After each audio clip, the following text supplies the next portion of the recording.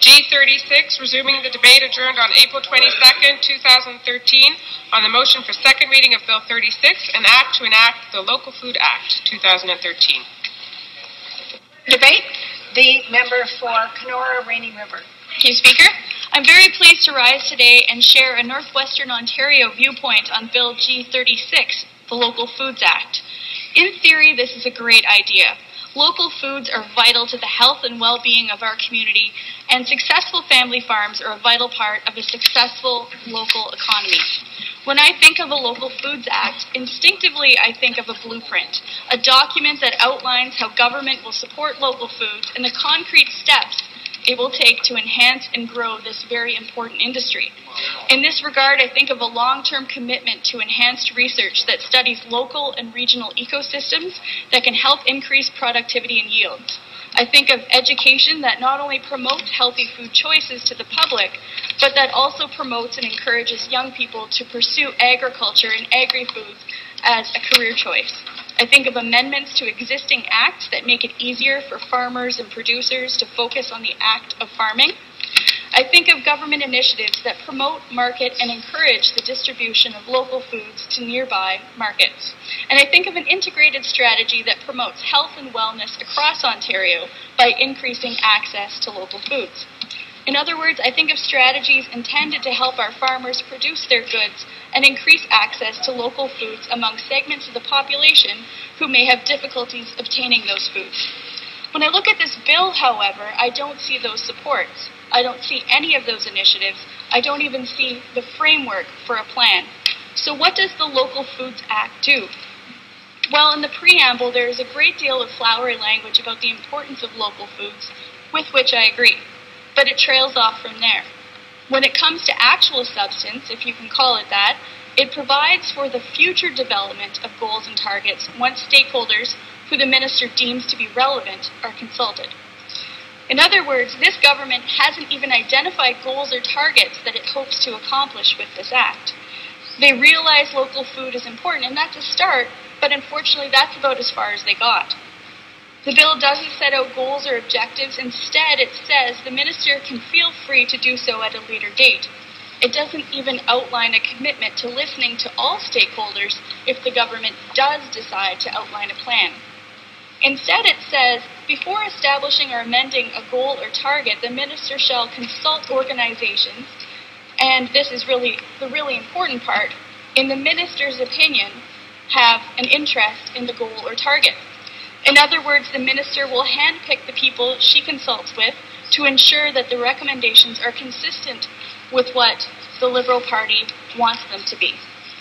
Maybe we could have given the minister the benefit of the doubt, but we in the North have seen what happens when the government of the day gets to handpick their audience. And we saw that with the Far North Act, where this government listened to everybody but Northern First Nations, Northern municipalities, and Northern residents. In Northwestern Ontario, our producers are already feeling that this province's agricultural policies are out of touch with our realities. For instance, programs such as forage insurance often leave out unique northern species, and there is a strong belief on the part of northern farmers that the program is in need of major review. The AgriCorps program is also in need of desperate review. Farmers are growing frustrated with these programs, and despite making equal payments to be part of the program, Northerners feel that they are being treated differently and unfairly. Additionally, farmers in my region are worried that the local abattoir, which they fought so hard to establish, is at risk because exemptions that were put in place before the abattoir was established in the first place are still in place, causing it to miss out on a minimum of 200 head of cattle annually. It may not seem like much, but for a small northern operation, it is significant. And yet these are issues that are not being prioritized by this government. Producers in my region are also looking for reassurances that the government is committed to the long-term viability of the Emo Agricultural Research Station. In the Northwest, we live in an entirely different ecosystem than the vast majority of the province, and this station provides vital supports, important research, and knowledge that cannot be replaced. We know that the challenges we face in our region are unique, our climate is unique, and we want the government to know and understand that. These are the kinds of issues that a local food act should be looking at. It should be looking at creating plans to ensure that these challenges are met. It should be ensuring that decisions that are made promote the long-term viability of agriculture in all regions of the province, but the Act in its current form doesn't even guarantee that northwestern Ontario producers will have a seat at the table when the goals and targets are determined. But there's even more than that. A good and effective Local Foods Act would not only help ensure the long-term viability of agricultural operations, but it would help improve access to those local foods.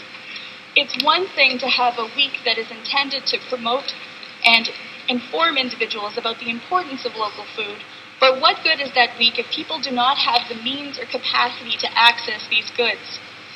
As my party's critic for agriculture and agri-food pointed out, food is a necessity for all, but it is not equally accessible to all, and that point is even stronger in northwestern Ontario. Certainly, I believe the government could be doing more to support our local farmers markets. It's always a pleasure to be able to visit the Clover Valley Farmers Market in Fort Francis and the Clover Belt Farmers Market in Dryden. The producers who supply these markets do an outstanding job of reaching out to other communities. Many of them travel hours to attend regular markets in Sioux Lookout, Kenora, Red Lake, and Atikokan, but they also have their challenges, including transporting the food to those markets, as well as storage and refrigeration. Additional supports on the part of the government could certainly help improve access to these fresh goods in these communities where agricultural production is not as prevalent. One area where we are completely lacking in a strategy that is so desperately needed is in the far north. At the best of times, access to fresh, healthy foods is limited and expensive. A 4-liter bag of milk can cost upwards of $20, a 10-pound bag of flour can cost upwards of $40, and fresh fruits and vegetables are almost non-existent or are cost prohibitive for the people who live in these communities. Foods that are readily available are foods that are preserved, such as pop and chips, and this has created a diabetes epidemic among First Nations youth and adults.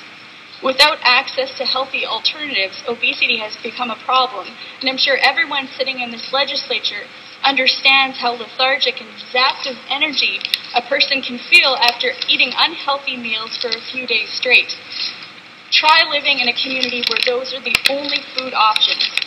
If this government truly wanted to be proactive, if it really wanted to make a difference, the minister, our current premier, would create a coordinated strategy with the Ministry of Aboriginal Affairs and the Ministry of Health to improve access to healthy local foods in communities located in the far north. Together, they would work with First Nations to develop strategies for the production of local foods, whether it be through the establishment of on-reserve greenhouses or finding crops that would grow in the unique climate and soils that exist in our far north. These communities aren't avoiding local foods. They simply do not have the capacity to make local food production a reality. When the minister speaks of opening new markets, these might just be the ideal new markets to open up. I've spoken with First Nations, such as Kitchinimikusip and Inuit, who are interested in exploring strategies that could allow it to produce its own local foods. Again, maybe these are the types of strategies that this government should be developing.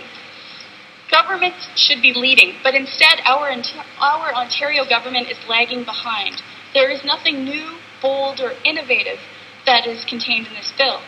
In fact, the original incarnation, where the government planned to host Local Foods Week at a time when those foods are only being planted, just shows how out of touch this government is. What is disturbing is that it isn't just the Liberal Party. This is the government and the bureaucracy that are proposing these changes. It's disturbing that the experts within the Ministry of Agriculture and Agri-Foods can't come up with, advise, or provide advice that shows knowledge of the industry that they're supposed to be promoting. As my colleague from Timiskaming Cochrane pointed out, we in the NDP will be supporting this bill so it heads to committee in hopes that major improvements will follow. But major improvements do need to come to make this bill worthwhile and reflective of the realities that we face across Ontario. Thank you.